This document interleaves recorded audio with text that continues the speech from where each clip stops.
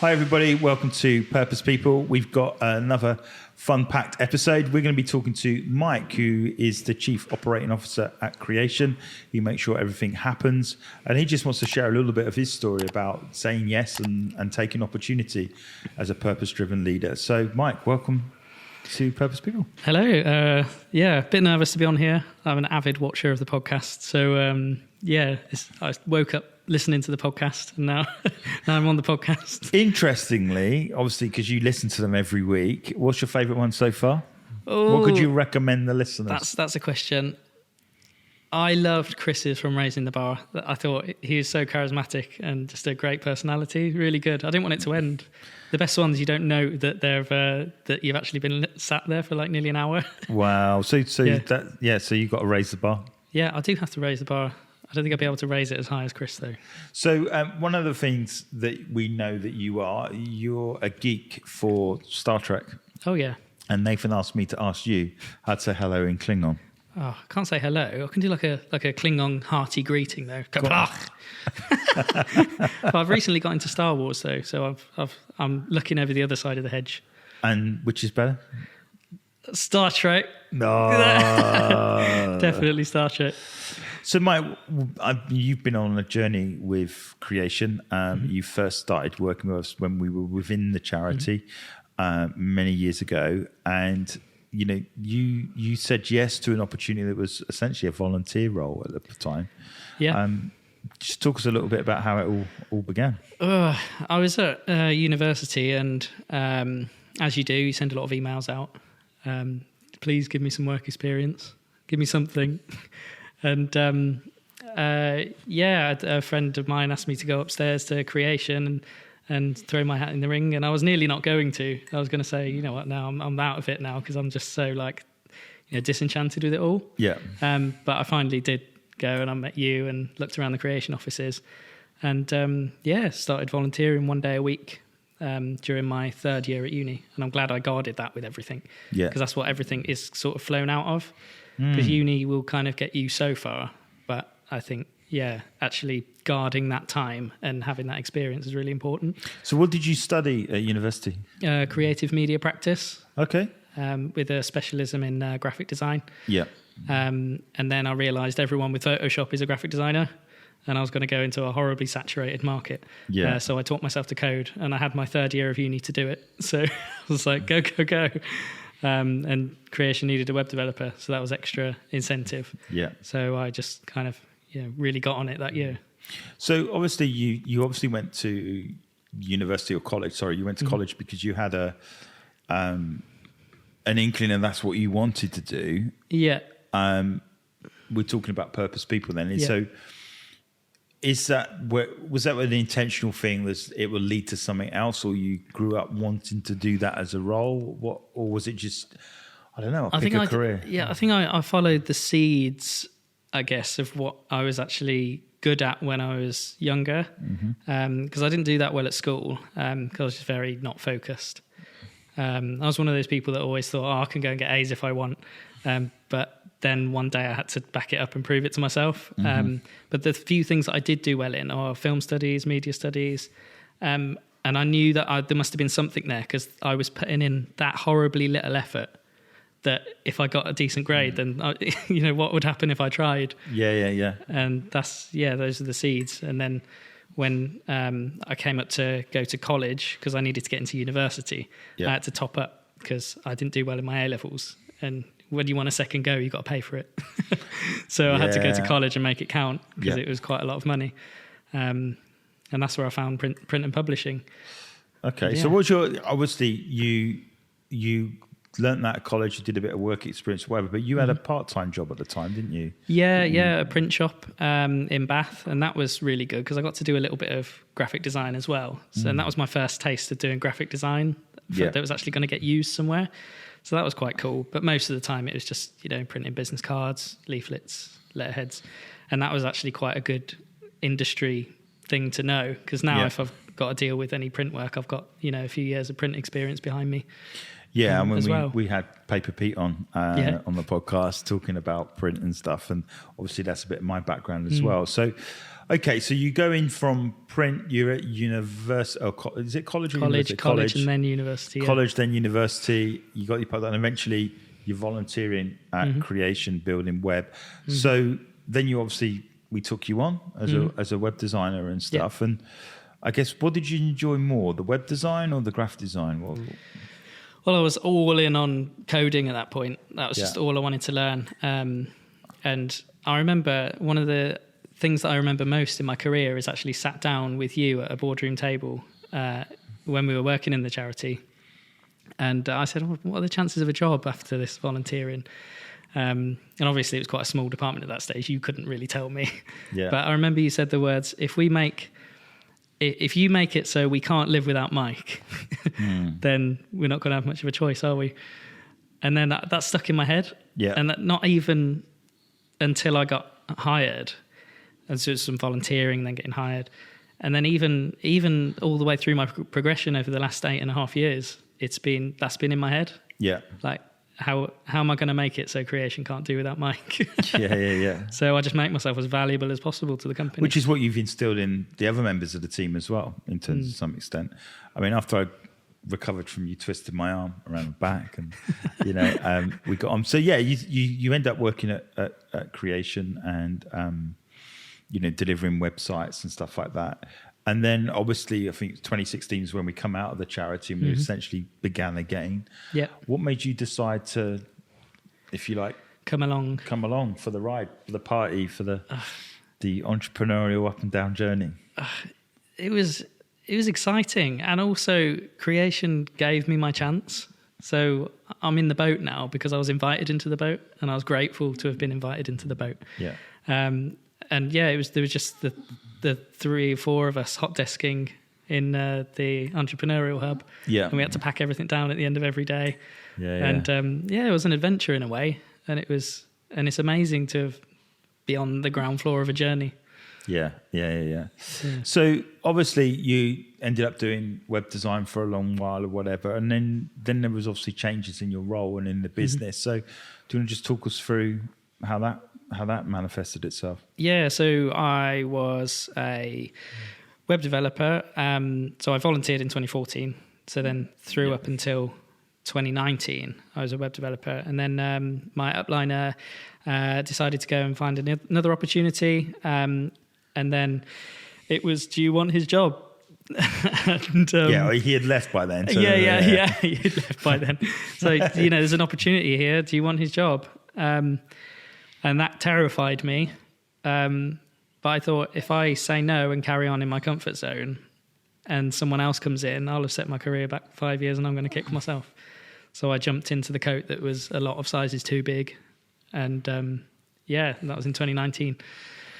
So I mean, I think that's something, it's a bit of a theme of you saying yes and then figuring it out afterwards. Yeah. I seem to get comfortable and then do what it takes to get uncomfortable afterwards. Yeah. And I found that that's where my purpose has laid, beyond the veil of comfort. Yeah. I think that's where I've found, the more I've done that, the more I've found where I feel I'm supposed to be. Mm-hmm. And it's always where I feel like I can't do it. I don't know how to do it and I can't do it. But I make it my business to find out how to do it. Yeah. So then, obviously, web design, you took Simon's role, and then beyond that, obviously, things changed again, and you've slowly, over a period of time, moved into a more client-facing journey. Yeah. I talk too much. I get that off my dad. So hence why you're on the podcast. Yeah, that's why I'm here. Yeah, I'm not saying much at all. Well, it's taken 16 odd episodes for me to get here. But yeah, I love talking to our clients and getting to know our clients, and just genuinely having relationships with people and how we can best help. It's not how can I sell you something. It's how can I help you and find out more about you and have a friendship. And that's cool. I've now got lots of friends that are our clients. I think the underlying thing for me as the business is that it's the greatest marketing strategy there is in the world is to care. And I think if we can demonstrate to our clients that we care, there's no reason why they won't continue working with us. And I think often we underplay that, or generally, I'm not saying creation do, but just generally, when people are working with clients, they forget to care and forget that they are people and they've got a story, and we're facilitating them on their own particular journey. So we everybody that we work with are on a journey. Whether it's in property and trying to help people get freedom through property, or whether they're, teaching people leadership principles to bring, conflict in a large organization and streamlining it and making it, a much better and happier place to work by improving their culture. Everybody's on a journey. And I think that's what I've seen, and certainly something that you carry, is the people that you work with, you care. And I mean, that's that, because you care, you want to go the extra mile and you want to help people. Does that give you a great sense of worth? Do you feel good about that? Yeah, definitely. And you want to be in a situation where people feel like you're in their corner and like with them. And I'm nosy anyway. I'll ask about people's business and what have you been doing this week? And even this weekend I went to a party for. It was one of my daughter's friends, and the dad, he works in DevOps, and so and he does a lot of work with HMRC, and he said normally he talks to someone about what he does, and he loses them straight after DevOps. It just it's either the HMRC question or DevOps, it's just just over the head. And I kind of told him a bit about my background, and I know just enough to keep my head above water talking to him. Yeah. But he said it was interesting talking to someone who could actually kind of keep up with him saying what he did. But I think that's a skill I've learned, talking to people across a myriad of different industries. Because we work with so many different clients from different industries. Finding out what they do is just genuinely interesting. Yeah. So in this time, what's the sort of like the biggest lesson that you've learned so far? I mean, obviously you're not, maybe halfway through a career, but whatever. But what are the biggest lessons that you've learned along the journey? I think one of the biggest lessons that I've had to learn is you can't do everything on your own. Because back when I took over the digital head job, I had one person under me, and then that kind of slowly grew and grew. And it was easy then for me to kind of try and do things on my own and not trust. Yeah. But as that scales and you got more and more people under you, you have to be able to trust people. And I think that's the thing that I've learned. I was reading a leadership book recently, and it said it's you tell people what to do, but not how to do it. Because then if you start telling people how to do it, you're micromanaging them, and then you're trying to do it yourself. But yeah, tell them what to do, but not how to do it, because then they can.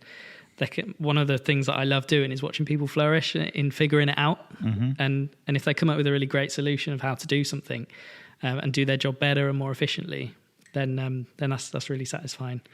Yeah, I would say it's giving them the freedom enough to make a decision and make their own journey. Because you did the same for me. Yeah. And that's how I ended up where I am. There were times where you were breathing down my neck.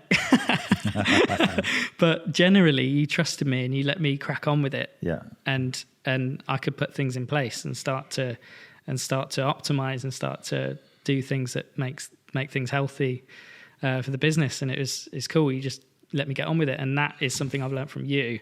Yeah. And then that's something I've carried on and tried to. And it is, it's not always easy when you're doing it, because you do feel that you want to jump in or speed things up or change the way it's, or the biggest lesson I learned is it doesn't matter if they do it differently than you, as long as it's getting done. Yeah. And I mean, that's the biggest lesson that I learned, is that, like with George, for instance, in graphic design, he might do an ad campaign that I didn't even think that's the way, but that's, it's completely different than what was in my head.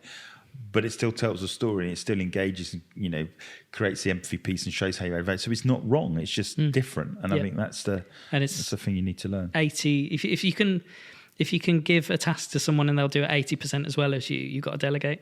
Yeah, that's another one that I keep in my mind. Because if you're a perfectionist and you want to do everything to exactly your spec, and nothing else will do, you're going to be a bit lonely. Yeah. Well, you're going to be that, and you're going to be overwhelmed, because ultimately you can't do it all. And I think if you're looking to scale or looking to grow, you definitely need to delegate. And so, out of the projects that you've been involved in, what's excited you the most? Obviously, now you've got a few years under the belt working with creation. Ooh, I think what's happened in my career is I started in graphic design, went to web design, got more involved in management, and I think just business development is something that's really got me excited, because I've learned to see things have quite small things have big effects in a business. So you make small tweaks and optimizations, and then you see big return. Yeah. And that's quite exciting. I like to grow things. I like to have something to make bigger and better. So yeah, I think that's been my favorite thing. I think just coming up with our website care packages instead of hosting, for instance. That was a big sort of milestone for me in my career, really. Because previously we'd charge a sort of flat hosting fee throughout the year. Yeah. But I wanted to actually look after our clients and look after their websites. To the care thing, right? Yeah, because before, when we were just charging a flat hosting fee and they had issues, then there wasn't any provision for us to help. Yeah. And we, you know, when you're looking after 40 odd websites, and there's not that provision to help, and you really want to help. So, and I don't like the word retainer. It's like you're keeping a client in a cage. Yeah. I think most clients feel that way. Yeah, as well, and the clients feel that way as well. So I thought, I don't like that word retainer. If someone wanted me to go on a retainer, I'd say, no, I'm not going to get in your cage. So I came up with the term care package. Yeah. And that is something our clients warm to. So I don't mind coming on a care package. You're going to care for me. And but you have, you know, and I think that's been great. And you've also got a management system behind that. All the people that we host now have a route in. They can get a support ticket. Yeah. They know it's happening. They know they're being looked after. And I think, you know, people might say, well, I'm going to host the website elsewhere, but you'll find that they don't update their plugins, they don't look after it, they don't maintain it.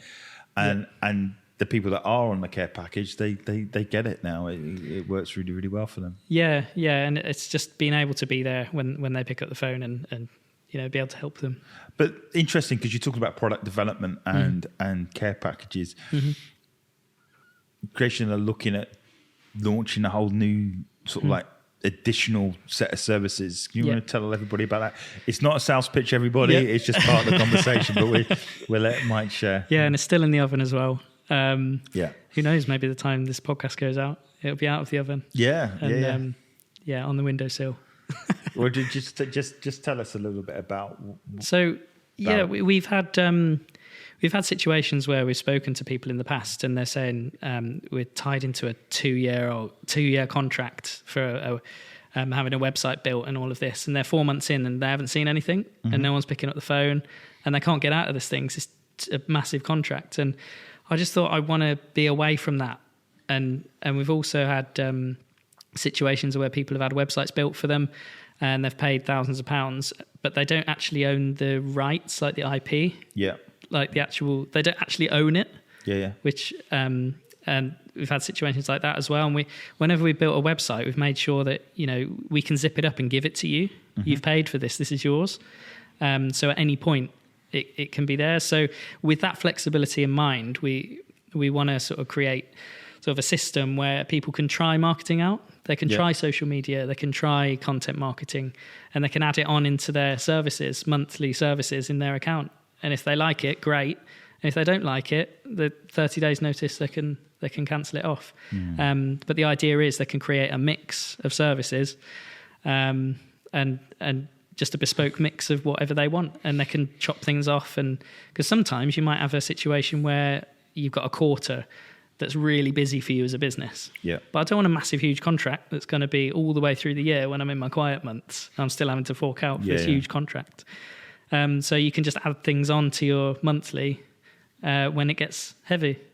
Yeah, and I think it goes back to, you know, the buying cycle and products. You know, if you know, for instance, you're an e-commerce business and your main audience is business to consumer, then obviously you want to put a bit more spend and a bit more effort behind promotion, let's say September, October, November, because of Christmas, then you can upscale it. But obviously maybe after January sales, sort of like February, March, April, you want to dial it down a little bit, you could. So I get that as a product. But it goes back to that point of wanting to care, wanting to help, wanting to engage, wanting to look after and serve people. And I say this thing, it's not about selling, it's about serving. And so if you can serve people more than you sell, then you will sell as a result of it. Does that make sense? Yeah. So selling can be, people don't like the word selling, but if you show how they can tangibly get results by testing something, then there's no reason why they wouldn't do it. Because if they're doing blogs and they're seeing the database grow and they're seeing more conversions in terms of sales, and of course they're gonna want to do more of it because they can see it works. So Yeah. nice product. Yeah. Nice yeah. plug as well. Yeah. It's something I've been trying to get going for a while, and I'm really excited about it. So going back to the Star Trek thing, if our team, because I mean not everybody knows our team, but I thought this would be quite fun, parallels of the team. Because I remember when you first started Creation, and you definitely weren't Captain Kirk. You were a bit like Scotty in the engine room. So I would go, how's it going, Mike? Oh, and it's like, oh, look, Scotty's away again. What would you say? Where would you say you rate now? Your role, what would it be? Would it be Captain Kirk? Does it have to be the original series? Of course it has to be. I've got an embarrassing fact to divulge. Okay. I've watched all of the Star Trek, apart from the original series. Have you right? Oh my gosh. I know, yeah. It's one of the reasons it got cancelled is because it's not very good. Is that right? The viewing figures are down, so it got cancelled. And obviously, nowadays, I think the movies did massive. I think that was they the did. They big did very thing. well. Yeah, You watched them? I watched one or two of them. No way. No, I'm more the Next Generation. All right, go on then. I love Next the generation for the younger generation. Who would you be? For the younger generation, 1987. Yeah. I don't know. I don't know. Maybe Riker with that funky, the way he sits on his chairs, except with a short version of Riker. Riker's the beard guy? Yeah. Got a beard, but I'm That's just not it. massive. I know Riker. Yeah. Okay. I'm not John Luke. Yeah. mate. So, he's got a bold boss. Yeah, there you go. See? Yeah. Awesome. Okay, so let's. Should we? So you don't know the original series, or do you know the original series? Do No, not really. you know Spock? Yeah. I've seen who's bits Spock? of it. Who's Spock in Creation? Oh, here we go. It would have been Andrews. Andrews. But he's Yeah, gone yeah. over into digital, a defector. But yeah, he's a All right, shoo-in. who's Chekhov? Probably Jacob. Jacob's Chekhov. Yeah. Yeah. Cool. What about George? Um, You can pick any now. Pick Okay. any age. I don't know. I literally, again, I haven't watched it. So, yeah. All right, so there we go. So you need to watch the original series. I My know. golly. I've tried several times and I can't get through it. I just. How many were there? How many episodes? There's 3 series. I think that all? there's 3. They didn't do many. Oh, okay. But yeah, I can't do it. I've tried to. I just can't sit through it. One thing I know about Star Trek was that anybody that wore a red top was normally dead by the end of the Oh episode. yeah, that's the long running joke. They're Yeah. like the stormtroopers, I guess. Yeah, the parallel. You just see them land on the planet, and you're like, "Oh, they're not going to make it. They're not making it back." No, definitely not. Yeah, cool. Okay, and then in terms of like the brands that you've worked on and stuff, have you got a favourite at all? Oh, Shine. Okay, tell us a little bit about Shine. Straight away. I love that brand. So George did an amazing job with that. Even right from the creative strategy when we presented the 3 concepts to them. Yeah. And the one that they eventually went with after a bit of tweaking, that one kind of stood out for me then. But it's just so colourful and playful, but it's not Toy Town. Yeah. It's and the way it all looks on their website as well now, all live. So that's on myshine.co.uk, and it just all looks really good. It all looks really good, and I had a big hand in the UX UI journey on that as well. So I guess I've got a bit of a kind of soft spot for that brand because I worked so hard on what came out of it. Yeah, I think the key thing for them is that they wanted to be national, and I think in my head, certainly when we began the project, we wanted it to be like the Adidas or the Nike of childcare. It needed to look great. And I think where it really took off for me is when I saw the branded stuff, you know, in terms of the uniforms and the clothing and stuff. And, you know, the guys done a phenomenal job. Obviously, they got new HQ as well, and seeing the old signs coming down and new signs up there. Yeah. So it's that sort of stuff that gives you a real buzz, isn't it? Yeah, like new life. We drove there, didn't we? Especially after Humans. Yeah, just to go and have a look. Just to go and see the signage. Yeah, so good. It is good because that's the impact that you can have by telling purposeful stories and stuff. So, okay. And then from your perspective, what advice would you give somebody that's maybe looking to get into sort of any career really to progress? What advice would you give somebody? Well, I think show up. I think I'll go back to the Thursdays. I was in the third year at uni, which was very hectic, and I was trying to perform quite to a high level at uni. And you did well, right? I got a decent grade. So I was trying to balance that with, you know, it's so easy to say, I'm not going to do creation today. Yeah. I'm not getting paid for that. I can just like focus on perfecting my uni project a little bit more. Yeah. But no, even if I felt rough as anything, I would come in on that Thursday, because just showing up can prove to someone that you can, you know, be there and, you know, you're serious about something. I think you can train skills, but it's the attitude and the application that's so important. Yeah. And that's kind of what I wanted to bring to the table, just that kind of dedication. And I want to turn up every day, and sooner or later I'll get good at something. Yeah. But if I keep turning up and be dedicated. So your advice would be just keep turning up, keep getting to know. Just keep turning up, be dedicated. And I think I suffered a lot with imposter syndrome early on in my career. You know, I'm going to get found out at some point that, you know, I'm not really any good at what I do. Yeah. There's always developers that know way more than me. And even when I got to a point where people were asking me advice at creation on, you know, how to code, and I was the one that knew the most, I'd still feel that, if I went into a room full of real developers, I'll get shown up. Yeah. But yeah, how would you overcome? How did you overcome that? How do you just learn that actually I might not be the best, but I'm making an impact? I just learned to focus, just do me. Because when my predecessor left in that digital head role, I was very caught up in trying to be him. Yeah. And I could never be him because he was amazingly technically clever. Yeah. With coding and all of that side of it. And I was never going to get there. So I thought I just couldn't do the job. But what I realized is that I had me to bring to the job. Yeah. And I had different things. And my specialisms were UX and UI design. And those are the things that I excelled at. And they're not necessarily things that Simon excelled at. But everyone does them differently. Yeah, and I think as a result of that, it's no coincidence that as a result of that, we ended up with that large UI UX project like in Shine and building the whole story. And I think maybe the thing that you brought to the table, which is kind of what you're doing now as a COO role, is bringing more organization, more process, more flow to the things that we're doing. Yeah. And particularly because we're quite innovative, it's like, you can be disruptive, but then once you've been you've still got to process the people following, so they're not always dealing disruption. They kind of know the journey that they need to go on to achieve whatever they need to achieve. And with what Chris said in his podcast about, you know, why do you do it this way? It's always been done this way. And I want to challenge that.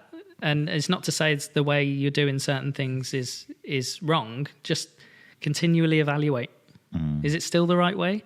Yeah. It's like, why are we doing this web hosting? Like, we've always gone with them. Yeah. It's like, well, is it a great idea to, you know, what about this hosting company? Yeah.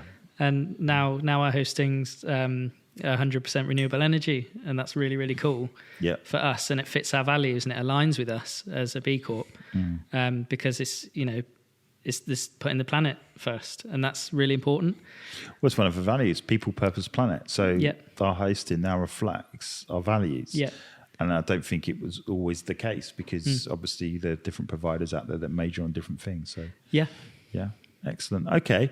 Is there anything else you want to say in the journey? Any other little lessons, tips, or stories that you've picked up as a point of closing?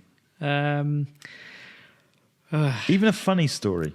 Okay, I'll say one funny story. We a few years ago now, we were starting out on Instagram. We were trying to get a lot of posts out. You were cracking the whip on 3 posts a day. Yeah. We need our 3 posts a day. And we have Mark, who's not with us anymore. He's still alive. Yeah, he was wearing a red jumper and all of a sudden he disappeared. Yeah, the red jumper. It's like... he walked in one day with a red jumper. He went, bad idea, Mark. Well, he was trying to get his 3 posts a day. And he had a client come and see him. And we normally take a selfie with the client, say, hey, we've met with this person, really cool. And that goes on the Instagram. But he'd forgotten, and she'd gone and walked out the door. So he panicked, started chasing her and caught her out the door and said, I just need a photo with you. And he's like, phew, got it. And then she got the photo. Yeah. He gets back upstairs, sorted. And her eyes are closed in the picture. No. And he's like, oh, no. And so later on, about half an hour later, I sort of look over his shoulder and he's trying to Photoshop eyes on this client. And it looked like something out of a sci-fi film, like from the 80s. And and he was like, I'm giving up. And I looked over again. It actually looked really good. Like, it looked like real. And then he gave up and canned it.